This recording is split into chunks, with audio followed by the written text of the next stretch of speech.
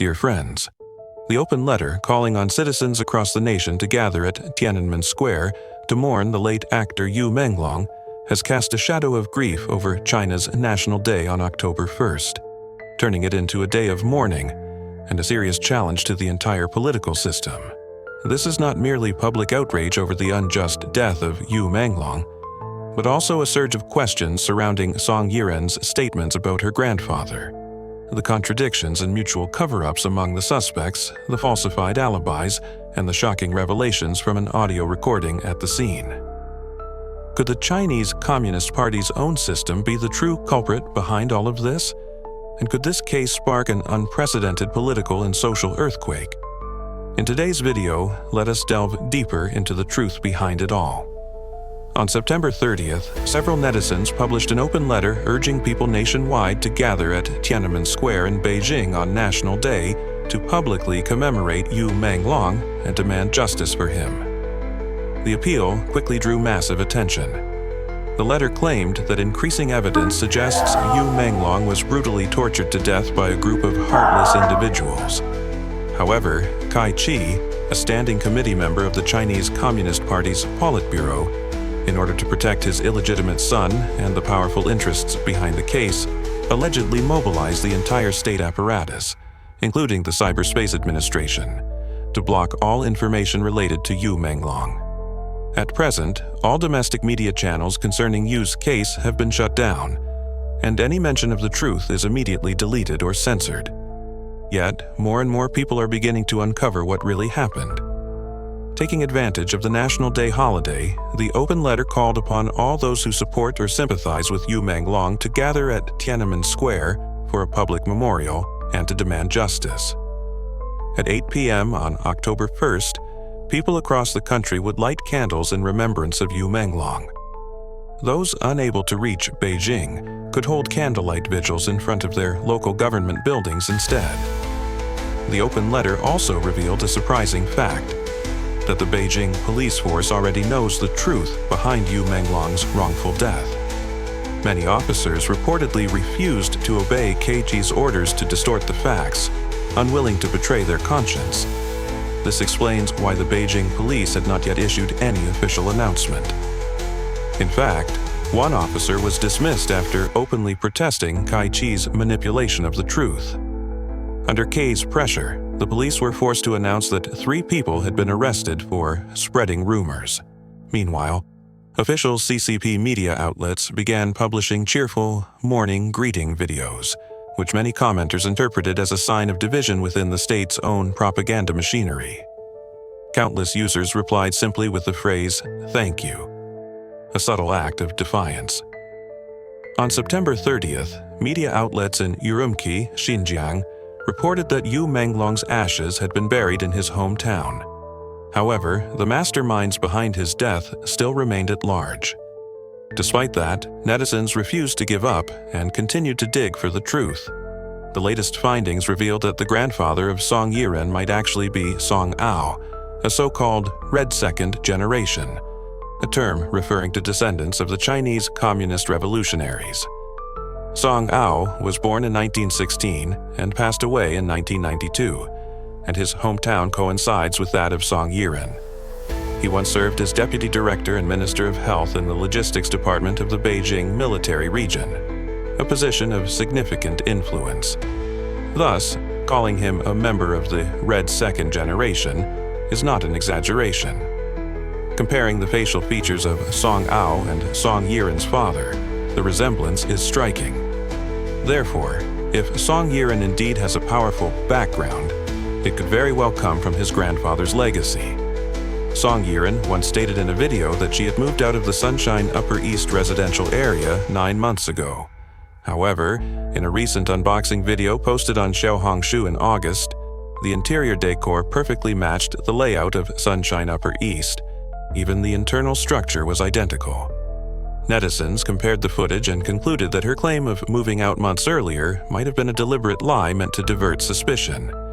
In addition, doubts arose that the defamation lawsuit allegedly filed by Fang Li was actually a forged document.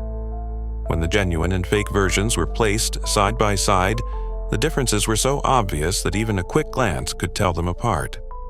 From these fragmented clues, netizens gradually pieced together a dark and horrifying picture of the entire crime. Names such as Song Yiren, Shayuan Ziwen, Yuan Zihao, Fan Shiqi, Xiao Maiki, Gao Taiyu, Guang Guang, and Li Ming were believed to be the vanguard responsible for identifying targets. They approached young men under the guise of offering debut opportunities, luring them into signing contracts that would trap them. Once the prey fell into the trap, surveillance and control duties were handed to Duo Jiang, assistant Da Peng, and Hu Haidong, individuals known for keeping tight control over victims, leaving them with no way to escape. After being ensnared, victims were brought to private, secretive parties organized by Cheng Jingtong and Fang Li. Beneath the glamorous facade lay forced drinking, drug use, and systematic physical and psychological breakdown. Once their will was crushed, the victims were offered to sponsors, the elite figures of wealth and political power. Among these were wealthy heirs like Zhou Hao, Zhang Jiawei, and illegitimate children of high-ranking officials such as Tan Ji and Tai Yijia. Those who obediently complied would receive money, resources, and career advancement, serving even higher-level figures like Wang Gongquan and Tian Haifeng. However, anyone who resisted would be isolated, detained, and cut off from the outside world.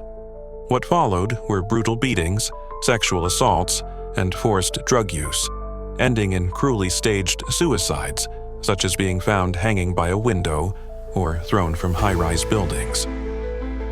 On September 29th, Tian Haifeng suddenly released 3 public statements in an attempt to deny the growing accusations. In the first statement, she claimed that she had never met Yu Menglong and had only heard about him through others.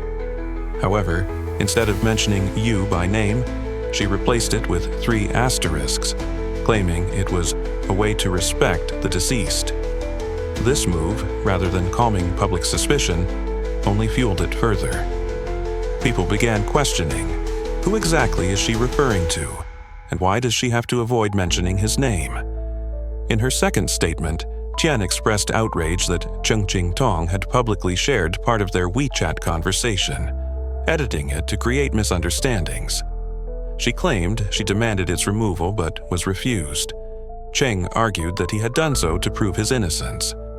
Tian countered that such actions only deepened her distress, as she had become the target of online harassment and rumors, leading to severe emotional breakdown.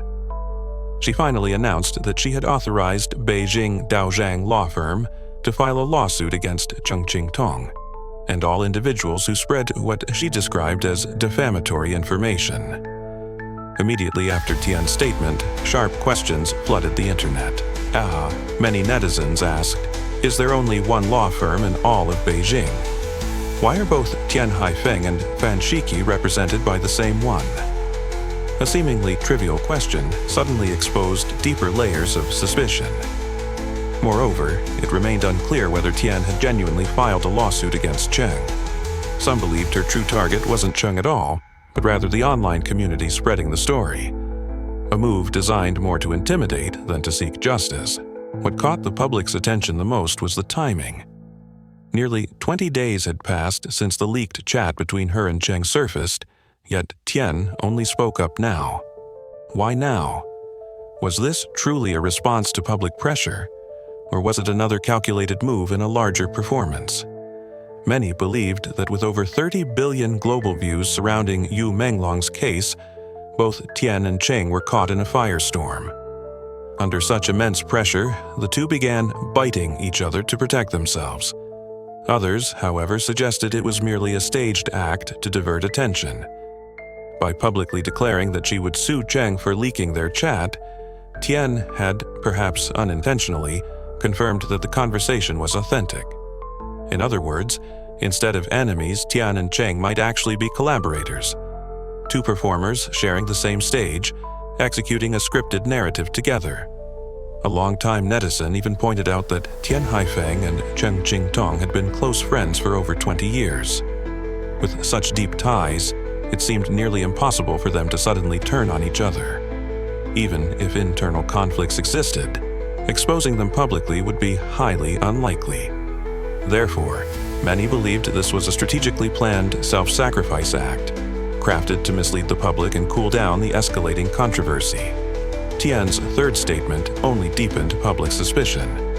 When questioned about why the official police notice she shared lacked a watermark, she explained that the photo was taken directly from the official Shaoyang District Police WeChat account, which supposedly had no watermark on its original post. Yet, netizens quickly noticed another inconsistency. Tian only mentioned the watermark, not the image resolution. Her version was of much higher quality than the official post, an inconsistency far too significant to be a coincidence. To many, this was a sign she was deliberately diverting attention from something more important. Not stopping there, on September 25th, a well-known entertainment blogger named Song Zud publicly questioned on Weibo, if Yu Menglong truly had no connection whatsoever with Tian Haifeng, then why did she take the initiative to share the police announcement about his case? That single question landed like a direct punch, striking straight at the weakest point of Tian's explanation. Around the same time, the name Fan Shiki also began drawing massive attention, emerging as a central figure in the entire incident. He was identified as one of the 17 individuals directly involved in the case. According to several sources, Fan was the mysterious man in strange clothing who appeared at the scene. When Yu Menglong tried to escape, Fan allegedly chased him down, beat him savagely, and finally disemboweled him, a horrifying detail that sent shockwaves across social media. On September 21st, after the Chaoyang District Police issued an official notice, Fan authorized a lawyer from the Beijing Daozhang law firm to release a statement claiming that his reputation had been damaged and that he would take legal action to protect his rights. However, the statement was vague, never specifying how or where his reputation had supposedly been harmed. Shortly afterward, a netizen released an audio recording allegedly captured right before Yu Menglong fell from the building. In it, a desperate voice can be heard crying out the name Fan Xiaohua. This raised immediate questions. Who was Fan Xiaohua? Another netizen then found an old post referencing that same name and linked it directly to Fan Shiki's Weibo account. On September 26th, a domestic voice analysis expert examined the audio and confirmed that the cry of Fan Xiaohua indeed belonged to Yu Menglong. To be thorough, another netizen even hired a professional Korean acoustic laboratory to conduct a second test, and the result matched perfectly. In addition, some compared the male voice from the recording to Fan Shiki's voice from one of his earlier public videos. In the first audio clip, recorded at the scene of Yu Menglong's death, an angry male voice can be heard cursing and threatening. "You'd better endure it." In the second clip, taken from Fan Shiki's video, the tone and timbre were analyzed. Experts concluded that the probability of the two voices belonging to the same person was as high as 99.57%, strongly indicating that the man shouting and threatening Yu was none other than Fan Shiki himself. Rumors about Fan Shiki's dark history then resurfaced. Some claimed that the mysterious death of Bian, a well-known CCTV television host, was also connected to him. Allegedly, Bian was betrayed by Fan, which ultimately led to his death. Bian, born in 1983, was 9 years older than Fan Shiki, born in 1992. The two were once close friends and even lived together after appearing on the show Happy Boys. Bian cared for Fan like a real brother, a fact Fan himself had publicly acknowledged. After the 2013 competition, Fan rose to fame, while Bian went on to host popular variety shows on national television. Then, in 2015, tragedy struck. Media outlets reported that Bian's boyfriend and Fan Shiki were both suspected of involvement in his death. Around that time, Fan was also under investigation for drug use, and Bian was allegedly implicated as well. When police conducted a surprise inspection at Bian's apartment early one morning, he fell from the building and died, a story that was later publicly reported by the press. There were two particularly striking coincidences. First, the fatal fall occurred at Sunshine Upper East in Shaoyang District, the same residential area where Yu Menglong died, as verified through news photographs. Second, it was said that Bian had been sexually assaulted by Hong Mao and Cheng Qing-tong, a fact that many within the entertainment circle privately acknowledged. Some netizens pointed out that in recent years, several young Chinese entertainers had died under similarly mysterious circumstances, including Yu Menglong, Bian Xiao Renliang, Ben Shi, and Ren Qiao. The pattern was too striking to ignore. The first coincidence, all of them reportedly fell from high places.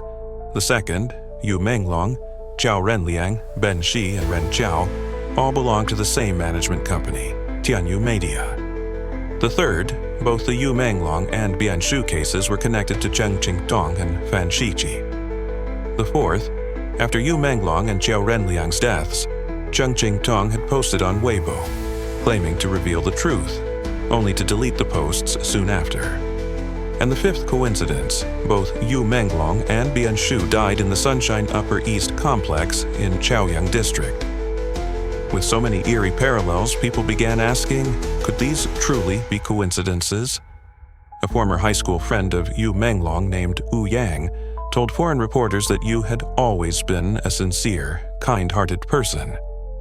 He once confided that the entertainment industry was far too dark, and that he was considering leaving it behind. Last year, during one of their final conversations, Yu said that the person who decided his casting roles had close ties to a senior central official, someone backed by a Red Second Generation network. Wu Yang also revealed that during a private gathering, despite many people being present, no one stepped in to help when Yu was in danger. He firmly believed that the Chinese communist regime itself was responsible for Yu Menglong's death. Having participated in the White Paper Revolution, Wu Yang eventually emigrated overseas. He said he had once urged Yu to recognize the true nature of the system, but Yu refused to listen, instead warning Wu Yang to be careful himself. The case, according to Wu Yang, echoes numerous other mysterious celebrity deaths in China. One death might be called a tragedy, but 4 or 5 similar cases, that becomes a pattern. Behind it all lies an underground system of hidden rules, where power, money, and human lives are traded. Some reports even allege that organ harvesting had become disturbingly common within these networks. Political commentator Tang Hao stated that the Yu Menglong case carries serious political implications, with the potential to undermine the CCP's legitimacy. The so-called Yan'an spirit, once a symbol of the party's revolutionary ideals, has long since decayed. Rumors circulated that Xi Jinping had ordered the 82nd Army Corps, along with heavy armored vehicles, to enter Beijing, sparking speculation about political unrest. The U.S. military was also said to be monitoring developments within China. Among the 17 people implicated in the case, Tan Qi was believed to be Kai Chi's illegitimate son. If Xi Jinping refuses to step down while Kai Chi continues to rise in power, the truth may never be revealed. Meanwhile, anti-Xi factions could seize upon this scandal to apply political pressure on the regime. International attention on the case continues to grow. Western media outlets such as BBC and RFI have repeatedly reported on it, while the UN Human Rights Council has reopened its monitoring of the situation.